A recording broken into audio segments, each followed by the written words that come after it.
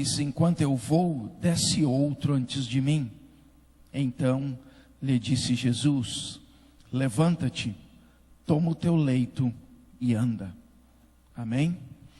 Feche teus olhos, coloca a mão no teu coração e diga para Deus que você decide dar liberdade para essa palavra ser ministrada na tua vida pelo mover do Espírito Santo que aqui está. Senhor Deus poderoso, essa é a tua palavra que neste momento tu ministra, tu semeias, tu planta nos nossos corações, e nós assim te damos toda a liberdade para que isso assim se cumpra. E que a tua palavra, uma vez, Senhor, semeada em nossos corações, produza os frutos que tu tens para cada uma de nossas vidas nesta noite. Porque nós queremos, Senhor, sim, sermos impactados pelo teu poder, transformados pela tua glória. Que o teu Espírito Santo que aqui está, Senhor, que é o autor e o revelador da tua palavra, nos dê entendimento e compreensão de tudo que ele mesmo vai, através desta palavra, promover aos nossos corações. Assim eu te peço, Espírito Santo, que tu o faças, e eu dou a mesma liberdade em minha vida, para que sejas tu somente a falar através de mim, e que assim seja. Amém. Podem tomar assento, meus queridos. Glória a Deus.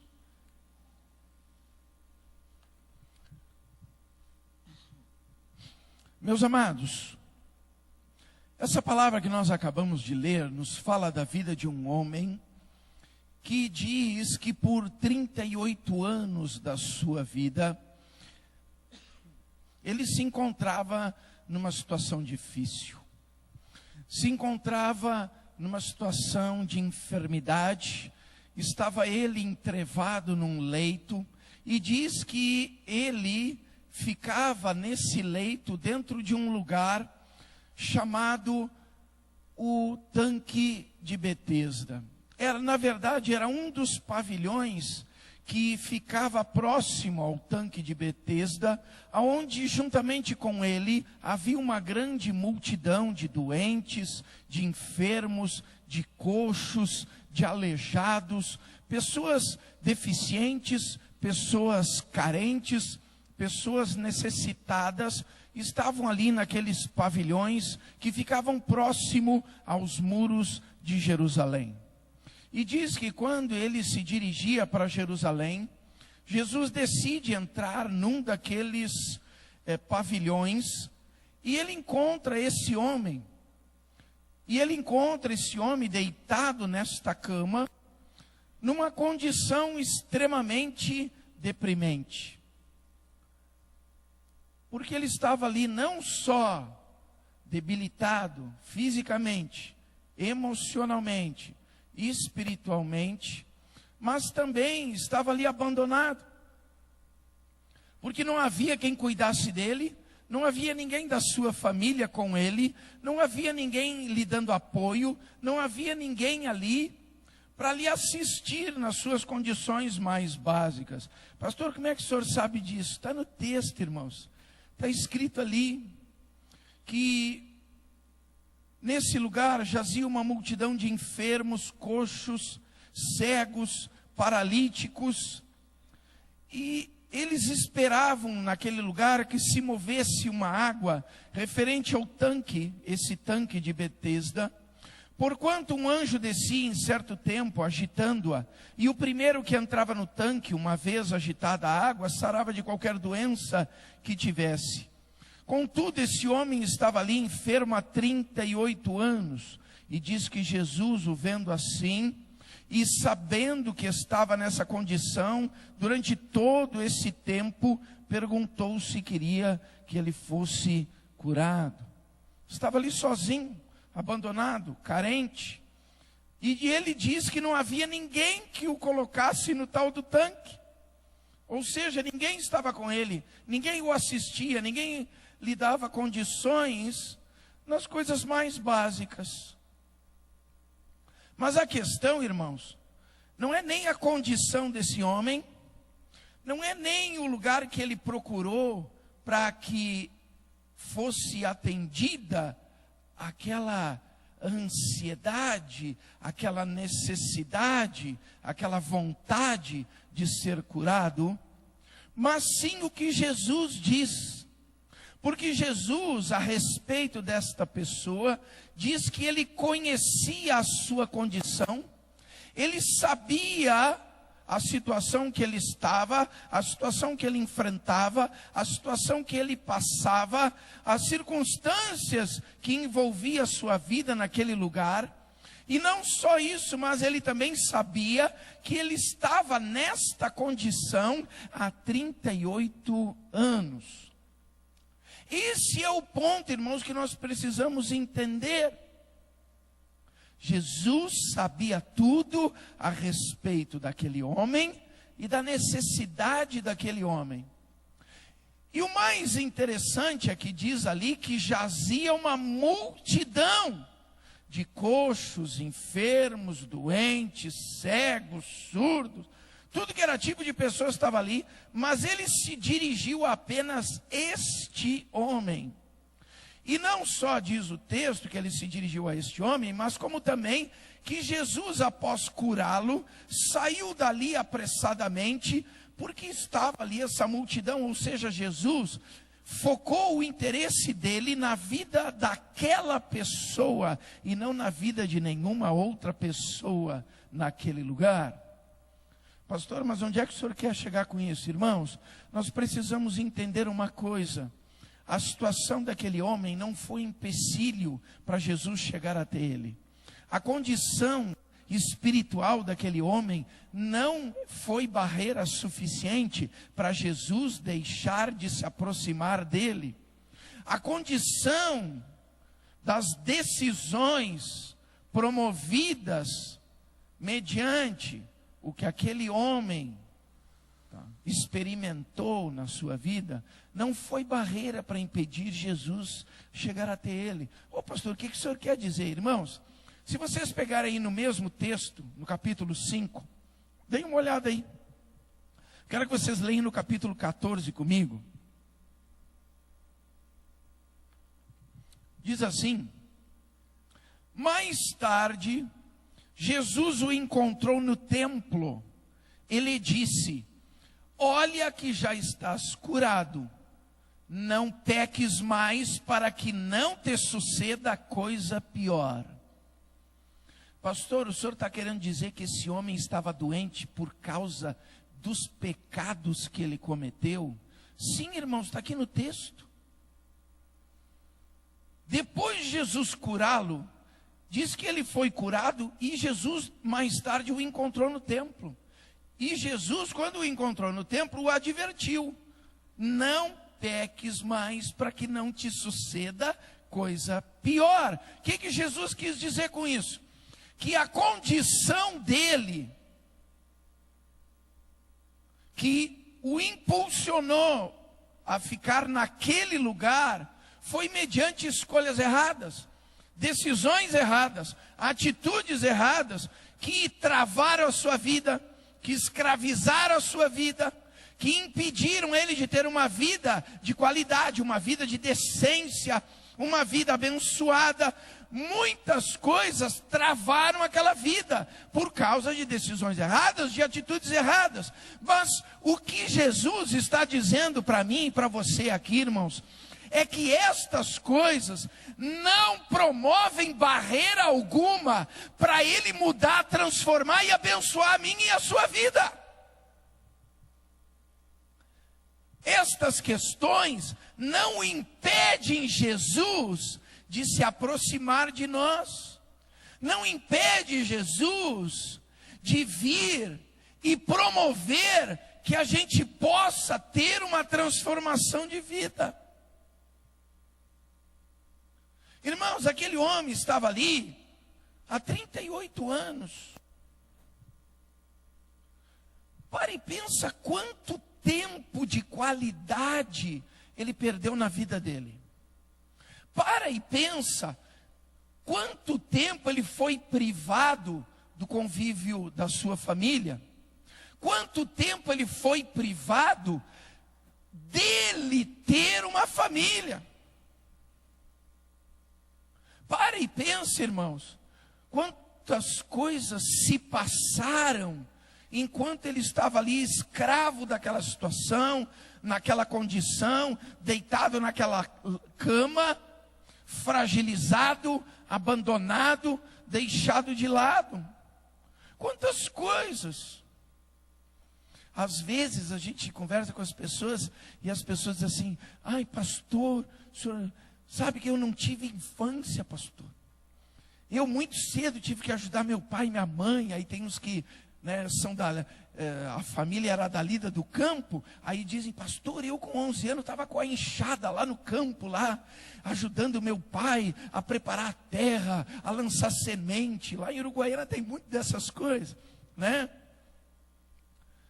Mas tem muitas pessoas aqui que dizem: pastor, eu tive que logo ajudar a minha mãe, fui trabalhar, com 13, 14 anos, eu já estava lá ensacando roupa, ajudando a dobrar, estava lá etiquetando, e assim vão contando. E aí dizem: pastor, no fim a minha infância passou e eu não aproveitei. Agora imagine esse homem com 38 anos de escravidão, ele não aproveitou nada. Uma vida se passou. Uma vida se passou com essa pessoa nessa condição. Mas quando Jesus se manifestou, ele promoveu mudança e transformação. Pastor, onde que o senhor quer chegar, irmãos? A palavra de Deus diz que nada pode nos separar do amor de Deus que está em Cristo Jesus.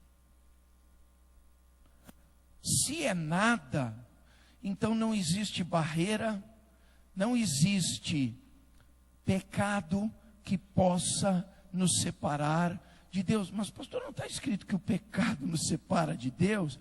Está, irmãos. Mas o pecado não é mais poderoso do que o amor de Deus que está em Cristo Jesus. Dá para entender, irmãos? O pecado não tem mais poder do que o amor de Deus manifestado por Jesus Cristo. Ou seja, Deus está dizendo que ainda que sejamos pecadores, em Cristo Jesus, o amor de Deus se manifesta para que nós sejamos transformados. Para que nós tenhamos mudança e transformação de vida. O amor de Deus se manifesta por Cristo para que tenhamos uma nova oportunidade, um novo momento na nossa vida, uma nova história a ser escrita. Aquele homem, ele tinha pecado, sim. Aquele homem estava naquela condição, pelo que Jesus diz no texto, por causa de decisões, de atitudes que promoveram aquela condição de vida. E eu creio, irmãos, que não deve ter sido uma coisa imediata. Eu creio que deve ter sido um processo. Mas Jesus deixa bem claro que a questão do pecado, que a questão da condição daquele homem, não o impediu de lhe transformar, de lhe abençoar, lhe prover uma nova oportunidade e lhe dar uma estrutura para escrever uma nova história de vida. Irmãos, e nós precisamos entender essa realidade. Se Cristo é mais poderoso do que o pecado, como o pecado pode nos dominar? O pecado, irmãos, só nos domina quando nós damos liberdade para que ele domine na nossa vida. Mas a partir do momento que eu tomo uma decisão de deixar, e eu busco, mediante o amor de Deus que está em Cristo Jesus, o conserto, eu tenho uma nova oportunidade. Eu tenho um novo momento com Cristo. E Jesus não tem problema nenhum, irmãos, para se aproximar de nós e nos promover daquilo que é necessário para que a gente levante da cama, para que a gente seja curado, para que a gente tenha uma restauração, um conserto na nossa vida. Jesus, irmãos, ele não tem problema com o pecado. Se ele tivesse problema com o pecado, não teria mais solução para mim e para você. E aí, irmãos, é que vem a questão: quantos filhos de Deus estão abrindo mão de uma vida saudável espiritualmente, fisicamente, materialmente, com Cristo, porque não se sente digno de buscar um conserto, de mediante o arrependimento pedir perdão, de mediante a condição real de que Deus ouve a nossa oração, de dobrar o joelho, confessar os seus pecados e pedir remissão. E aí, abrindo mão dessa verdade, dessa realidade, estão com a sua vida travada, escravizada, esfriando espiritualmente, deixando as situações tomarem conta, e as situações tomando conta, querendo desistir, querendo parar, querendo abandonar tudo, porque acha que não tem mais o que fazer. E isso é um pensamento do inferno, irmãos. Claro que Jesus não está abrindo aqui possibilidade da gente ficar pecando na mesma área. Agora, irmãos, nós somos pecadores, nós sempre vamos estar pecando.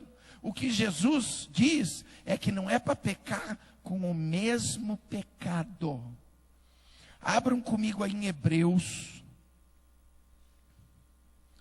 livro de Hebreus, capítulo 10.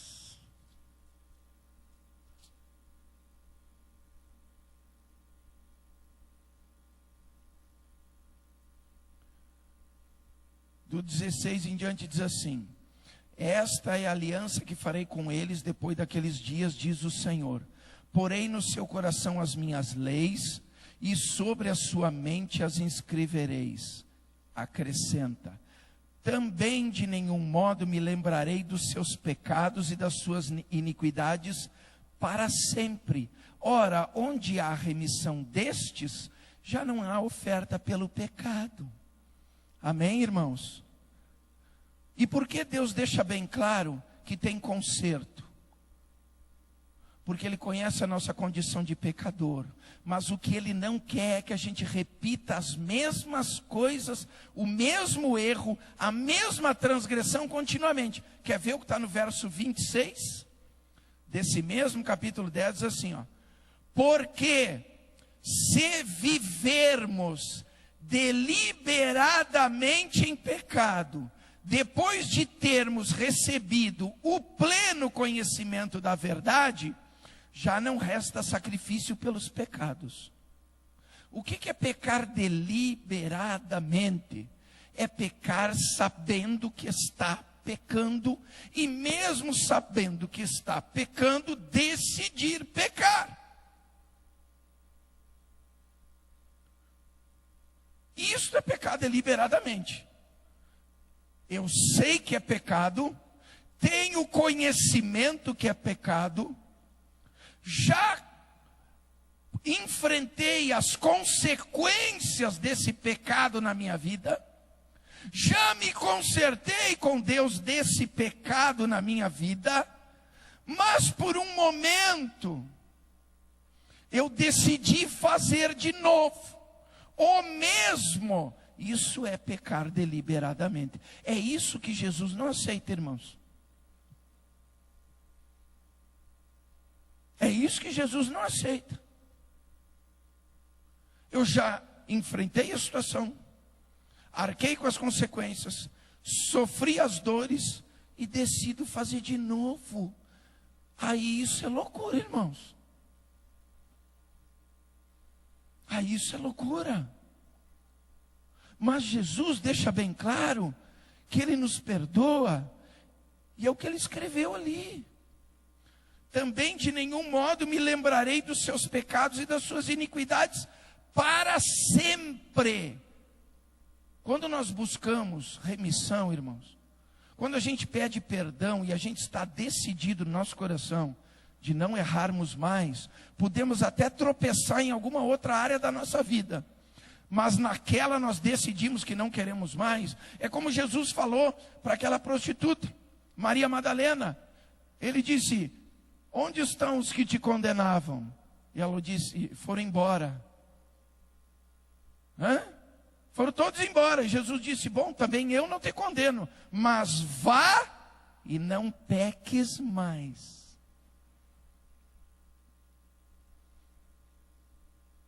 Só que, irmãos, tudo na nossa vida tem conserto.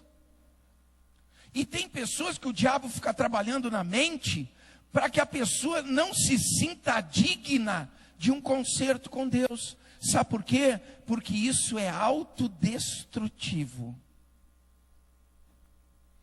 Isso é autodestrutivo. Jesus, irmãos, Ele está sempre pronto para se aproximar de nós, para nos acolher, para nos receber e para aplicar nas nossas vidas o que é necessário para que a gente tenha uma restauração, uma nova oportunidade e um momento de começar a escrever de novo uma história agora diferente. Não a mesma história, mas uma história diferente. Irmãos, até eu me lembrei aqui de um testemunho na minha vida. Eu me lembro que na época em que eu enfrentei uma grande situação desagradabilíssima na minha vida, onde eu perdi tudo na área financeira, mas eu também perdi na área conjugal, na área familiar, no convívio das minhas filhas, eu perdi muita coisa.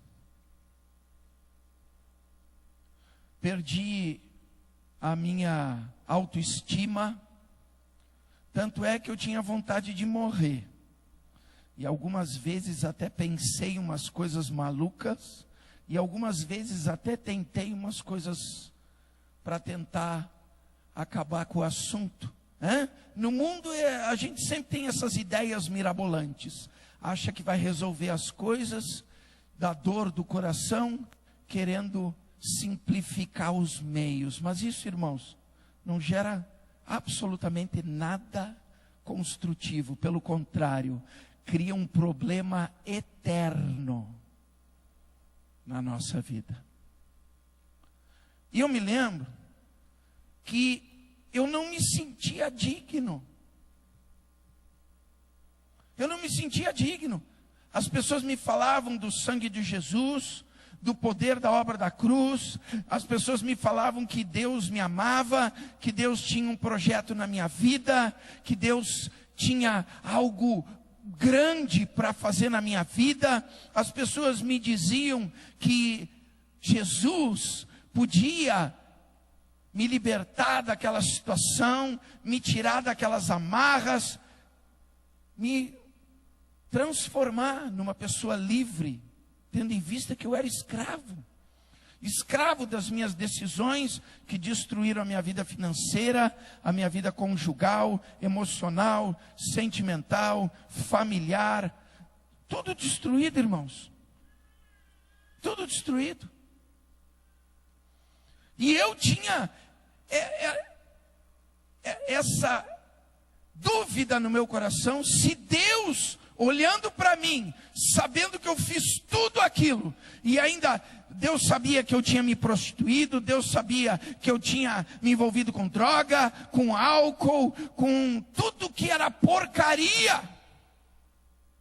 Mas como? Eu pensava, eu sou uma pessoa completamente indigna, eu sou um lixo. Como que Deus vai querer chegar perto de mim?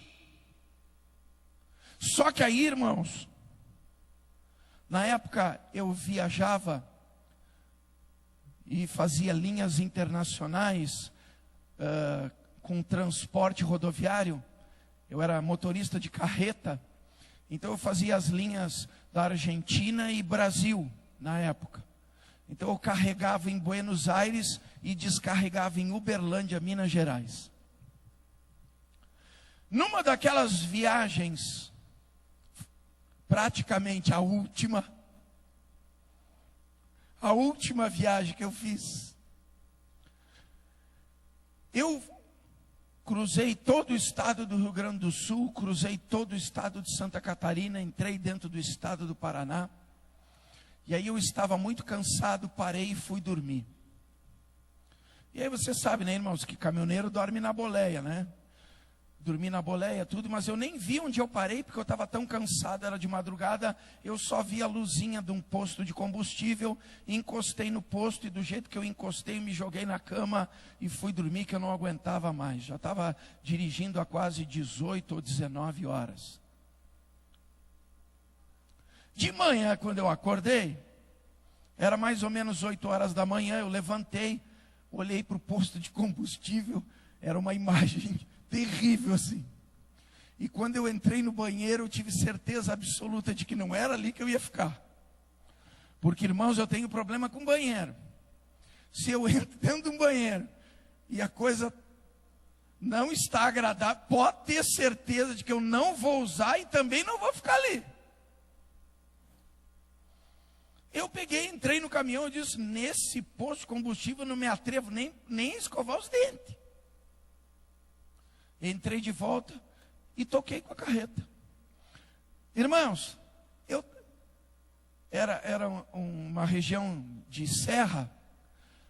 Numa daquelas baixadas eu peguei uma curva e tinha um retão, irmãos. Era um retão enorme assim, ó. Dava para enxergar longe naquela reta. E tinha um campo de soja do lado direito que se perdia de vista. E tinha uma colheitadeira lavrando o campo. E eu estava numa BR, irmãos, com a carreta carregada, 45 toneladas. Uma carreta, 3 eixos. E eu vinha em alta velocidade. A minha carreta na época era um daqueles Volvo NL10 interculado. Quando a gente ligava o intercooler, aquilo andava. Agora pensa uma carreta com 45 toneladas em alta velocidade. Alta velocidade na carreta, estou dizendo, eu estava acima de 100 km por hora. E eu estava olhando a colheitadeira. E de repente veio uma coisa na minha cabeça. Eu disse, mas aquele homem não é louco de subir com aquilo em cima da BR. E ele vinha vindo no campo, em direção à BR. Eu disse, não, ele vai parar, mas ele não vai subir, ele não é doido. E eu estava vindo. Irmãos, o cara era louco. Ele subiu com a colheitadeira em cima da BR. Eu me lembro que eu bati o manete da carreta com toda a força. Estava garoando. Quando eu olhei no espelho retrovisor, a carreta estava fechando o L. Fechando o L, irmão, significa que a carreta está emparelhando com o cavalinho e depois vai começar as piruetas. Eu disse, tá.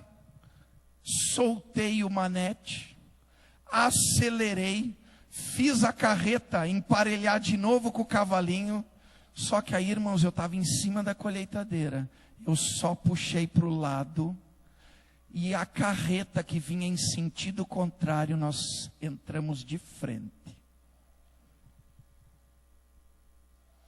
Para encurtar a história, irmãos, depois daquela situação toda, e socorre daqui, socorre de lá, tira dali, tira de lá, né, que eu fui parar no posto da polícia rodoviária, presta depoimento, explica e coisa e tal, e aquele negócio, e o cara da colheitadeira, quando quebrou tudo, quando todo mundo se rebentou, ele voltou para o campo e aí todo mundo achava que eu estava louco, porque eu dizia que tinha uma colheitadeira, só que ninguém achava a tal da colheitadeira. Mas para encurtar, irmãos, Eu tive que passar a noite no posto da polícia rodoviária, naquele cavalinho todo demolido. E aí eu deitava na cama e eu enxergava as estrelas, porque estava tudo arrebentado. Quando eu deitei, irmãos, e eu estava muito cansado por causa do estresse todo, né, daquela situação, eu comecei a dormir. E quando eu dormi, de repente uma voz bem alta disse assim: Namor. E eu levantei assustado, achei que eram os guardas me chamando. Eu disse: meu, lá vem bronca de novo. E aí saltei, fui olhar, e não tinha ninguém de um lado do caminhão. Fui lá do outro, não tinha ninguém. Aí eu desci, olhei, estavam os guardas lá no posto da polícia, porque eu fiquei lá no pátio, o pátio era longe da cabine. Eu olhei, eles estavam lá dentro da cabine. Eu disse: mas quem que me chamou? E aí eu deitei de novo. E aí, sabe, irmãos, quando teu coração começa a bater forte, e você não sabe por quê? Quando eu estava deitado ali de novo, veio aquela mesma voz: Namor. Oh, irmãos, aí eu me levantei com tudo, pulei, e dei a volta na carreta, enfim, e olhei. Fui lá perto da guarita, olhei de tudo que era lá, olhei por baixo da carreta, olhei para eles. Aí começou a me dar uma aceleração maior no coração. Voltei, deitei de novo. E aí aquela voz vem e diz assim: Namor, aonde que tu ia estar agora se tu tivesses morrido?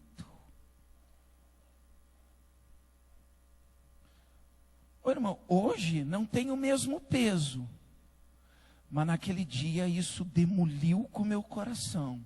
Porque, irmãos, no lixo que eu estava, a única resposta que eu tive para dar é que eu ia estar no inferno. Era a única resposta que eu tinha para dar, que eu ia estar no inferno. Mas pastor, Deus lhe perguntou isso?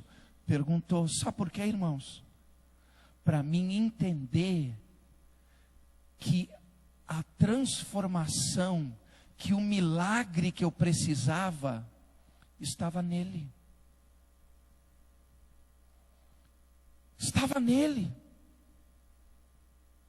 Por mais que eu me sentisse um lixo, por mais que eu me sentisse um derrotado, por mais que eu me sentisse indigno, Ele veio falar comigo.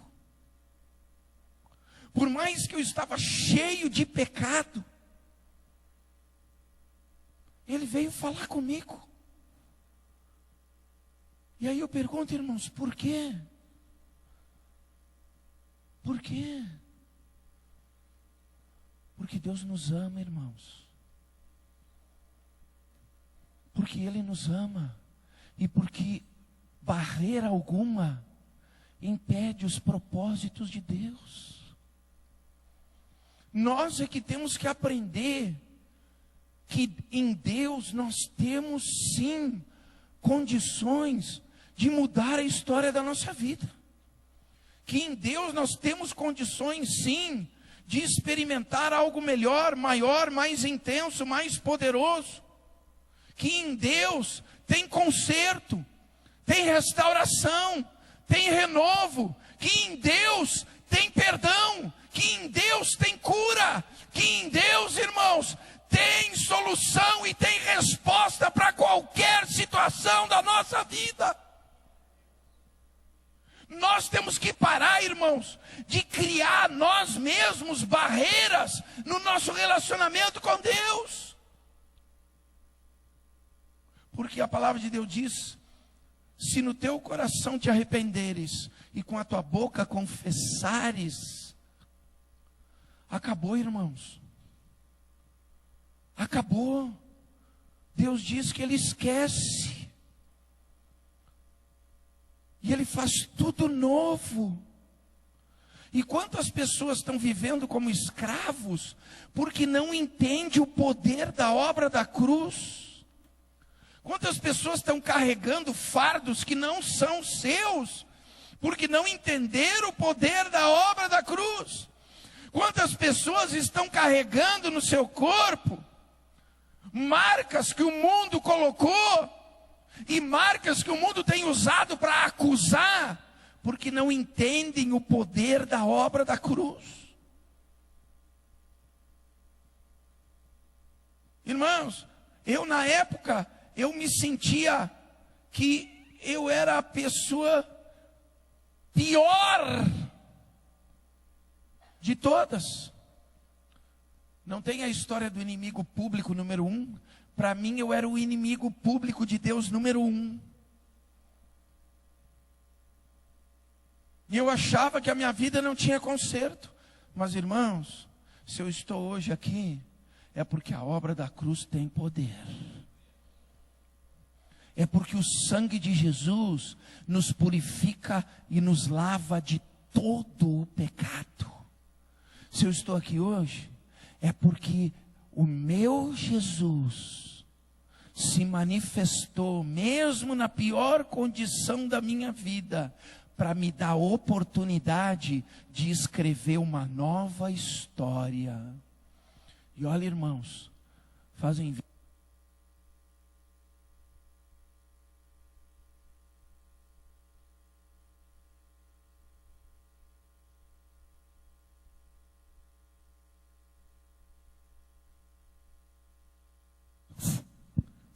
amém? Falo demais, né, irmãos? Nem a bateria aguenta. Irmãos, se eu estou aqui hoje, é porque eu entendi a obra da cruz. Mesmo naquela condição, Deus veio falar comigo. Deus ministrou na minha vida. Deus me despertou para uma realidade que eu nunca imaginei que eu pudesse viver. E quantas pessoas estão dentro da igreja, irmãos, abrindo mão desse privilégio por causa de situações que estão acusando a sua mente, a sua alma, que estão fragilizando o seu coração, que estão lhe colocando dúvida diante do amor de Deus. Isso, irmãos, é o que o inimigo quer. É o que o diabo quer. Porque Deus diz que não há nada que nos separe do amor dele que está em Cristo Jesus. Deus tem uma nova história para escrever na nossa vida, irmãos. Deus tem um novo momento. Jesus, quando ele curou aquele homem, ele disse para ele: olha, leva o teu leito, leva a tua cama, leva a tua cama. Como assim, pastor? Mandou levar a cama? Mas a cama não era o lugar onde ele ficou entrevado por 38 anos. A cama não era o lugar onde ele ficou ali oprimido 38 anos. A cama não era o lugar, pastor, aonde ele ficou ali necessitado por 38 anos. Sim, irmãos, mas a partir do momento que Jesus tocou e mudou a vida dele, a cama passou a ser testemunho do amor de Deus. Estão entendendo, irmãos? Por que eu posso testemunhar? Porque eu tenho carregado a minha cama. Eu tenho carregado o que Jesus fez na minha vida.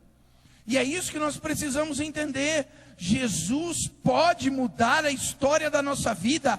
E para Ele não há barreira, não há dificuldade, não há distância. Porque Ele quer, irmãos, Ele decidiu morrer no meu e no seu lugar naquela cruz e liberar o seu sangue como o melhor sabão em pó espiritual que você possa imaginar na sua vida. Porque a palavra de Deus diz que o sangue de Jesus nos purifica de tal maneira que faz a gente ficar mais branco do que a lã e mais branco do que a neve.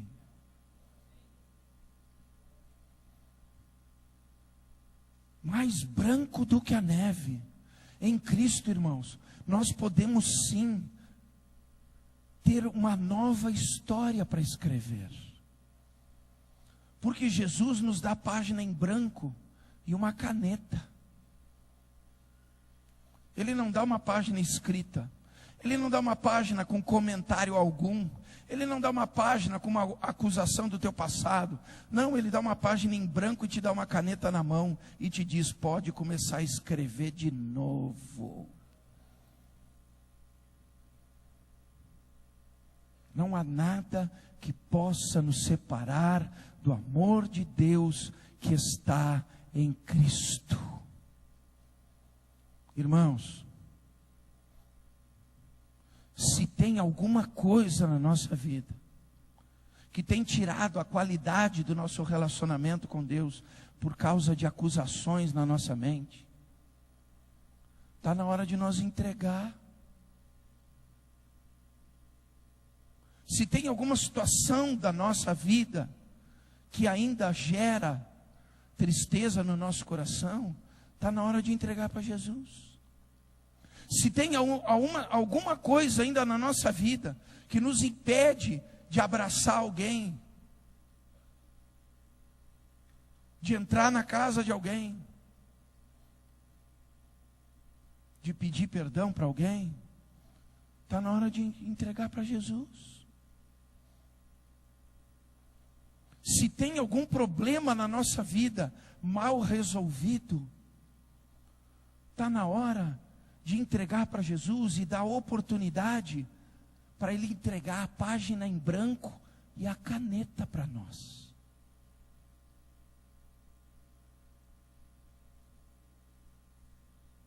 Olha, irmãos, eu não tenho dúvida do que Deus pode fazer.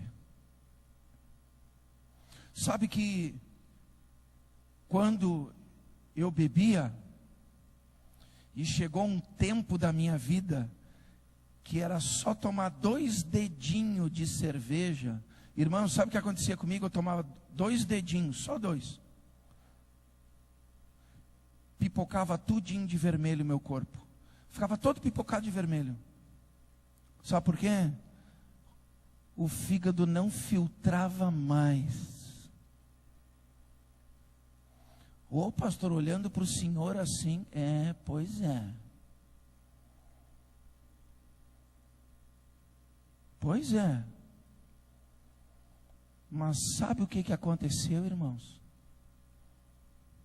Sabe o que aconteceu? Quando eu comecei a me consertar com Deus e deixar Ele tratar todas as áreas da minha vida, eu tenho esse testemunho. Eu posso levar minha cama. Eu posso levar minha cama. Eu posso levar o leito. Sabe o que Jesus fez? Me deu um fígado novo. Eu recebi um transplante de fígado numa ministração de um profeta de Deus. Sabe por quê, irmãos? Porque Deus não faz obra por metade.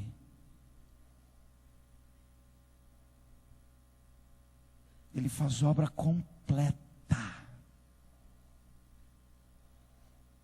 Quando a gente decide tomar posse da obra da cruz, andar com Jesus, Ele conserta tudo, irmãos. Ele nos liberta, nos sara, nos cura, nos abençoa, nos dá provisão, nos dá paz, nos dá alegria e passa a ser Senhor da nossa vida. É isso que eu tenho que entender, irmãos. Aquele homem não recebeu só libertação, não recebeu só cura, mas ele recebeu também salvação. Porque Jesus disse o que ali? Não peques mais. Por que ele disse não peques mais? Porque os pecados dele foram apagados. Foram apagados. Ele foi liberto porque foi apagado. Ele foi curado porque foi apagado. E é isso que nós precisamos entender, irmãos. Se existem coisas que ainda estão ali na nossa vida, nos impedindo de usufruir desse Deus com qualidade, dessa salvação com qualidade, dessa libertação com qualidade, dessa cura com qualidade, hoje é o dia de, mediante esta verdade, desta palavra, que Deus entrega para mim e para você, nós pegarmos a nossa folha em branco e a canetinha que Jesus nos dá hoje. Se coloca de pé. Feche teus olhos e começa a analisar. Começa a analisar a tua vida. E faz a pergunta que vai gerar a resposta certa.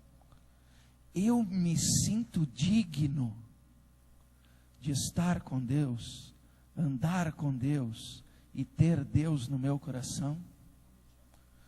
Porque, irmãos, se você fizer essa pergunta e brotar uma resposta negativa, é porque você precisa liberar algo nessa noite. É porque você precisa, mediante o que Deus revelou aqui, ter uma atitude de dizer: Senhor, eu entrego nas tuas mãos essa trava, essa amarra, isso que estava me aprisionando, seja sentimentos, emoções, seja amargura, decepção, frustração com alguém, por um familiar, até mesmo pelo esposo, pela esposa, por causa de uma questão com o filho, com a filha, por causa de palavras que foram lançadas, ministradas contra ti. Não importa, está na hora de entregar. Jesus perguntou: queres ser curado? Mas a palavra foi muito mais forte, irmãos, porque a cura foi o resultado da libertação. A cura foi o resultado do conserto naquela alma, naquele coração. A cura foi o resultado do perdão liberado. A cura foi o resultado de uma nova decisão mediante a manifestação de Cristo.